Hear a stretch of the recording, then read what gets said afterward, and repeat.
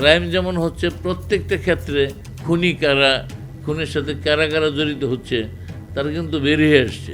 এক নবদম্পতি গাড়িতে করে যাচ্ছিলেন, পথে দুর্ধর্ষ সন্ত্রাসী মোজাম্মেল দলবল সহ গাড়ি আটক করে। গাড়ির ড্রাইভার ও নববিবাহিত তরুণীর স্বামীকে হত্যা করে। মেয়েটিকে সবাই মিলে ধর্ষণ করে। 3 দিন পর টঙ্গী ব্রিজের নিচে থেকে মেয়েটির রক্তাক্ত মরদেহ পাওয়া যায়। এই ঘটনায় মোজাম্মেল মেজর নাসেরের হাতে ধরা পড়েন। অপরাধ করেও যেন তার গলার জোর কমেনি, উল্টো মেজরকে হুমকি দেন, ঝামেলা না করে তাকে ছেড়ে দিতে বলেন। স্বয়ং বঙ্গবন্ধুর নির্দেশে তিনি ছাড়া পাবেন উল্লেখ করে বলেন, কিন্তু তুচ্ছ বিষয়ে বঙ্গবন্ধুকে জড়াতে চান না। ওয়ালটন এখন দেশের সীমানা পেরিয়ে পৌঁছে গিয়েছে 50টিরও বেশি দেশে। ওয়ালটন, ঘরে ঘরে, বিশ্বজুড়ে। এই ঘটনা বিখ্যাত নাট্যকার ও ঔপন্যাসিক হুমায়ুন আহমেদের লেখা দেয়াল উপন্যাসের, যা সাবেক মুক্তিযুদ্ধ বিষয়ক মন্ত্রী আ.ক.ম মোজাম্মেল হকের বিরুদ্ধে আন্তর্জাতিক অপরাধ ট্রাইব্যুনালে দালিলিক প্রমাণ হিসেবে উপস্থাপন করেছেন চিফ প্রসিকিউটর মোহাম্মদ তাজুল ইসলাম। মোজাম্মেল হকের বিরুদ্ধে 1972 সালে টঙ্গীতে সংঘটিত এক নবদম্পতি হত্যা ও নববধূ ধর্ষণের ঘটনায় বঙ্গবন্ধু শেখ মুজিবুর রহমানের হস্তক্ষেপে দায়মুক্তির অভিযোগ তুলে ধরেন তিনি।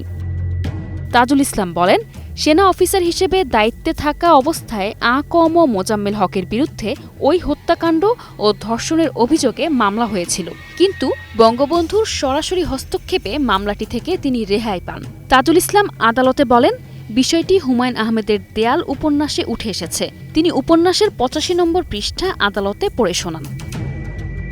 চিফ প্রসিকিউটর আদালতে বলেন, বঙ্গবন্ধু ঘরে ঢুকতেই মোজাম্মেলের বাবা ও 2 ভাই কেঁদে পায়ে পড়ে যান। টঙ্গী আওয়ামী লীগের সভাপতিও পায়ে ধরার চেষ্টা করেন, কিন্তু পা খুঁজে পান না, কারণ পা তখন মোজাম্মেলের আত্মীয় স্বজনের দখলে। বঙ্গবন্ধু ঘটনা কি জানতে চাইলে জবাবে টঙ্গী আওয়ামী লীগের সভাপতি বললেন, আমাদের মোজাম্মেলকে মিথ্যা মামলায় জড়িয়েছে। মেজর নাসের তাকে ধরেছে। নাসের বলেছে 3 লাখ টাকা দিলে ছেড়ে দেবে। বঙ্গবন্ধু মিথ্যা মামলাটা কি জানতে চাইলে মোজাম্মেলের বাবা কাঁদতে কাঁদতে বলেন, খুনের মামলা। টঙ্গী আওয়ামী লীগের সভাপতি বলেন, এই মেজর আওয়ামী লীগ শুনলেই তারাবাতির মতো জ্বলে ওঠে। সে প্রকাশ্যে ঘোষণা করেছে টঙ্গীতে তিনি আওয়ামী লীগের বধ রাখবে না। তিনি বলেন, বঙ্গবন্ধু, আমি নিজেও এখন ভয়ে অস্থির, টঙ্গীতে থাকি না, ঢাকায় চলে এসেছি। বঙ্গবন্ধু বললেন, কান্দিস না, কান্দার মতো কিছু ঘটে নাই, আমি এখনো বেঁচে আছি, মরে যাই নাই, ব্যবস্থা নিচ্ছি।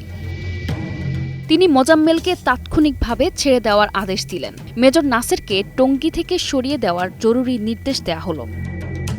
তাজুল ইসলাম আরও বলেন, অ্যান্থনি মাসকারনেহাসের Bangladesh a legacy of blood বইতেও এ ঘটনার উল্লেখ রয়েছে।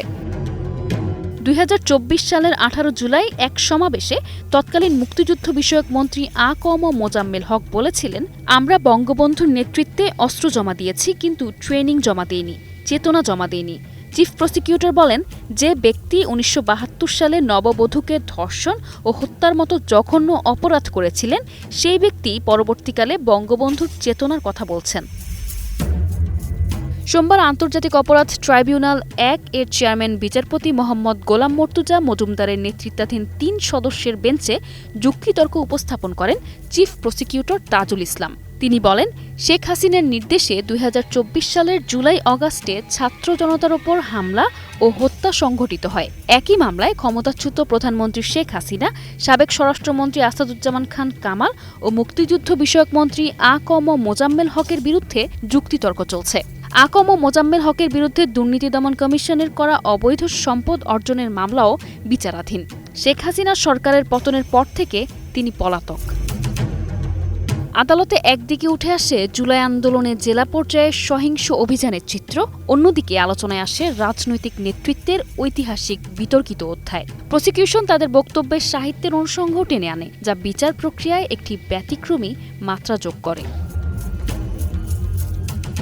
নিশা আলম, নিউজ ডেস্ক, 21 টেলিভিশন।